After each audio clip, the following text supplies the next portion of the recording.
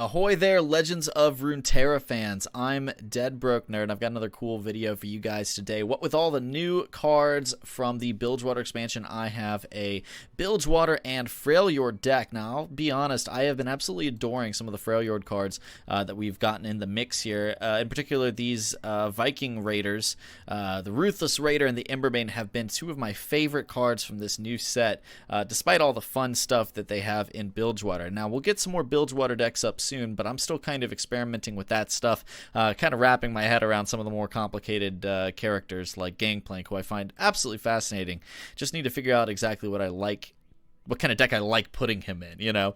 But I'm not going to waste too much of your time with the deck description here. This is a mid-range list. I'm really focusing in on mid-range with this, trying to be able to handle aggro in a very efficient way, slow them down. I think we've got the tools to do just that, but then also have the resource extension and big threats in the late game, or to mid to late game, that will allow us to hopefully handle control as well. So we've got some tricks in the early game slots. Now, Freljord has some of the best cheap spell tricks for trading, so Brittle Steel and Elixir of Iron. We got 2 of each, and I could see kind of committing to 3 of one and 1 of the other, or mixing it around, but I kind of like 2 and 2 because they serve different purposes. We've got 3 Omen Hawks. I've been kind of up and down on Omen Hawks. I love what it does in the aggro matchup. I also like that it's a 1-drop that if you can get it on turn 1, can get a ping on the opponent's face to start leveling up Sejuani, but I'm not completely convinced that it's doing that job often enough to facilitate it being a dead card in a control mirror or a control matchup later in the game. 3 Parlays. I've really liked this card actually on turn 1 against aggro more than Omen Hawk. Because a lot of the 1-drops that people will play, with the exception of like the Legion Rearguard, are going to have 1 defense, and even so, like a lot of elusives will have, you know, lower defense, but this can also just go on the face if you need to level up Sejuani or get a Plunder effect. We've got plenty of Plunder effects with Pilfered Goods, being able to steal not 1 but 2 cards if you get the Plunder, and the cool thing about Pilfered Goods is in the aggro matchup, it's going to get us a lot of cheap cards, and sometimes cards that for them would be reach, you know, burst damage to the face, but for us can actually be removal. So that's really nice about Pilfered Goods. And then of course against control decks, we're going to be able to be pulling controlling tools and hopefully some beefier creatures to put down. It depends on the matchup, but a lot of the times Pilfered Goods will give you what you need to play against the deck, you know, that you're stealing from. So I've been very, very impressed with Pilfered Goods, especially as a means of resource extension for this mid-range shell. Ruthless Raider and Emberbane are both great in the early game, and they're great together. Obviously, Ruthless Raider with the tough means that Emberbane's deal 1 to everything is not going to hurt it. But the Overwhelm is also really potent for getting an extra piece of damage when you attack with it, even if they're trading and killing it with a 2-attack minion. If you can get that breakthrough, you're actually going to be putting a point towards leveling up Sejuani. So I've been very happy with the way Ruthless Raider and Emberbane have worked both together and in the deck archetype as a whole. We've got Flash Freezes and Rimefang Wolves to hopefully get some freeze kills. We're just running it because Rimefang Wolf is just a decent card even if you don't get a freeze, because Challenger is really strong. But between the Flash Freezes and our 2 Brittle Steels, as well as 2 Harsh Winds at the 6th slot, we've got enough freeze to often get Rimefang Wolf to kill something. Now, I've even been thinking of putting a 3rd in. We'll see about that. Now, here's kind of the crux of the deck, especially as it pertains to the mid-range strategy, and I talked about this on Legends Cast, the podcast I do with TheLift. Twisted Fate, I'm sure most of you guys are familiar with how good this guy is, but I think he's just...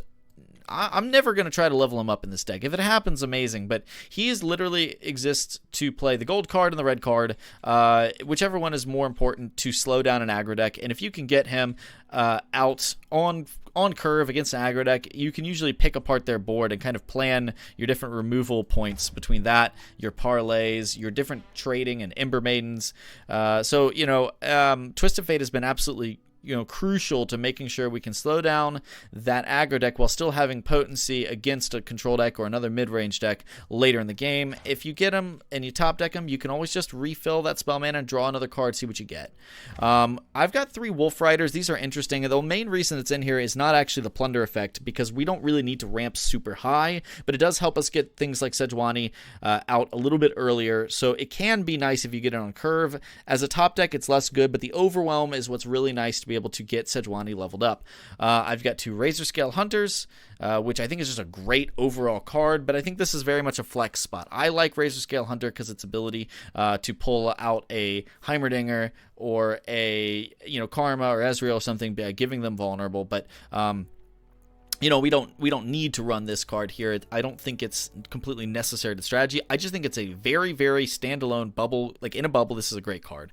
Ursine Spirit Walker is kind of a payoff card for our Plunder effects. A 5-mana 6/6 that gives our big guys Overwhelm is pretty darn good, but he doesn't do much else besides being a big threat. Citrus Courier has been absolutely incredible. This is our only source of healing in the deck. You could even arguably go up to 3 copies of this, maybe by dropping the Razor Scale Hunters or one of your Wolf Riders, and I think it wouldn't be the incorrect choice. Obviously, Rally is very strong, but I think it being a source of healing in Freljord, which traditionally doesn't have much, is actually quite nice, especially for a mid-range strategy, because you can be aggressive with this, but you can also, reactively, okay, crap, I'm almost about to die, let me quickly heal, as long as you can get that Plunder, which is fairly easy to do with this deck.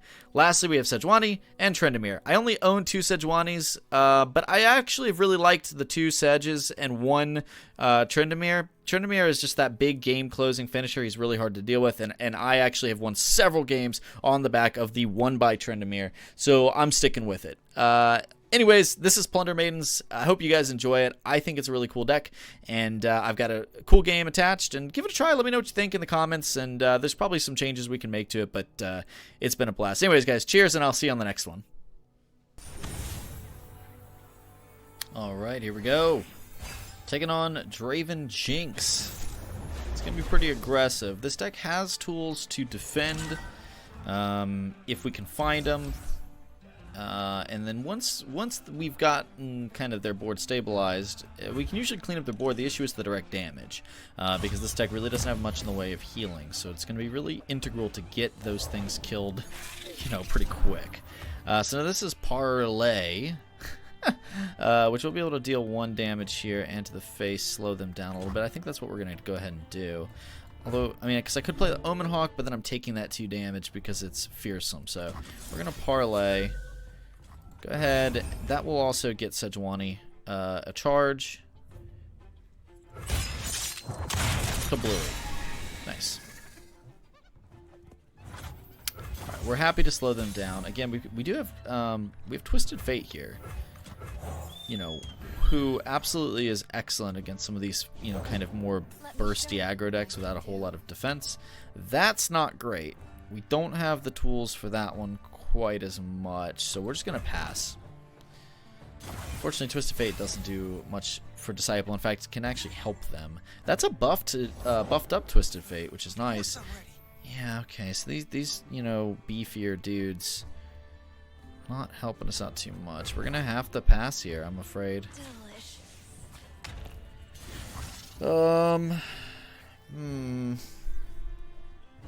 Taking 5.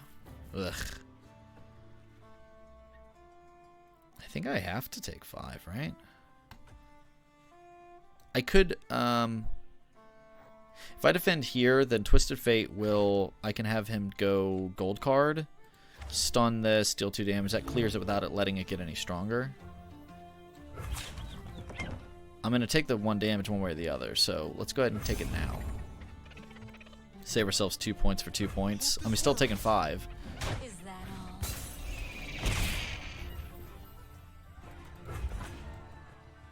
all? I suppose I could have let it live with the Elixir of Iron. Alright, so we're going to Twisted Fate. We're going to go gold card. Stun, deal 2 damage. Hopefully they don't have a defensive buff, which would be weird in PNZ and Noxus. It's definitely something that my Freljord Noxus build would have, but... Oh, they're going to Noxian Fervor to keep him alive, huh? Okay. What are they targeting with this? Yeah, okay. So we'll just have to do this to stay afloat. But that is their mana. They're spending their mana to try to kill Twisted Fate. That's pretty good. What is this? Another thing? A Mystic Shot. Wow, they're going all in trying to kill him. Honestly, that might be... this is still getting killed, right? Oh, and interestingly, that still did the damage. I did not know that damage would still go through, even though TF died. Thought it would fizzle because it would be like tied to him or something like that. Okay, so we can go TF again. And I think we want to go Omen Hawk first.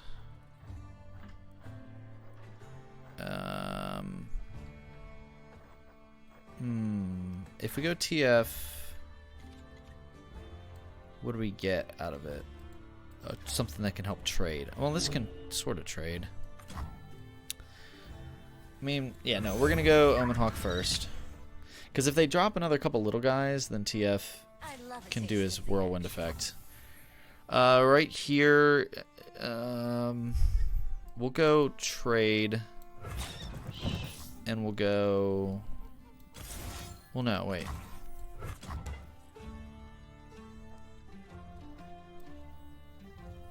Ugh. Alright, so this is interesting. I could try to freeze it and just not take the damage at all. And now we're gonna go ahead and do this, but we will brittle steel this time. Go ahead and block. They might have an attack buff. But if they use that now, I mean, a might would probably be the worst one they could have. Look what you did. We're getting down kind of low now. I can go ahead and play TF, deal 1 to everything, remove this. The question is, are they going to play anything else from hand this turn? I feel like they would, but no, because they can carry that 3 yeah, okay. So we'll deal 1 to everything. Never lost a fair game or played one. Never lost a fair game or played one. Trendamere sitting in hand is not helpful at all. Honestly, we could really use our Plunder card, where we steal their cards. Interesting. So they're gonna get excited. Wow, this. I find this honestly baffling that they're using all of their cards in their burst. Unless this is Jinx. If this is Jinx, then it kind of starts making a little more sense. It starts painting a clearer picture. I mean, it's fine for them to be discarding stuff. I'm not dunking on that. He's not going to defend with this. Of course he's not. There's a Grenadier. Alright. We're going to parlay like that. We don't want that 2 damage coming through next turn. So we're going to go ahead and knock that out. Yeah, we're not going to get the damage for Sejuani on the next turn, but I'm taking this 2 damage no matter what I do. If this thing swings, even if we kill it afterwards, I'm still taking the 2. We got TF number 3. That's kind of crazy. We can block here and then flash freeze. And then I'm not losing this in this trade. I'm keeping my Omen Hawk, which at this point, we need that presence. So I'm taking 2 more, going down to 11, but honestly, they're out of cards. The worst thing that could happen would be for them to draw Jinx. I could go ahead and play TF, draw a card, but I think we're going to pass and see what they play. Let me show you what I can do. Okay, so we'll go ahead, play him. We'll draw a card.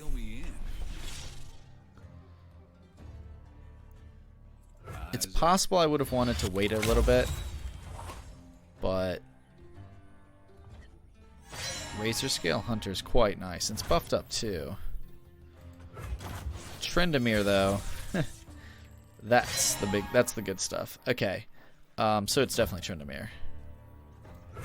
This is how we try to close this game out. No Sedge this game, unfortunately. Ooh, all those crates. Looks like trouble. We're not going to throw the Omen Hawk because then they'll defend with the Disciple. We don't want to take that 2 damage if we don't have to. So that will be our attack.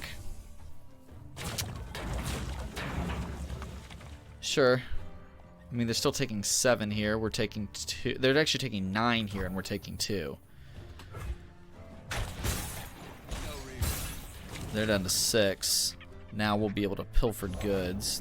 I have my orders. Saboteur, pilfered goods. Oh, we picked up a Decimate from them! And a Rummage. Okay. Yeah! Let's go! Oh, man. The Plunder Maidens do it again with a little help from Twisted Fate.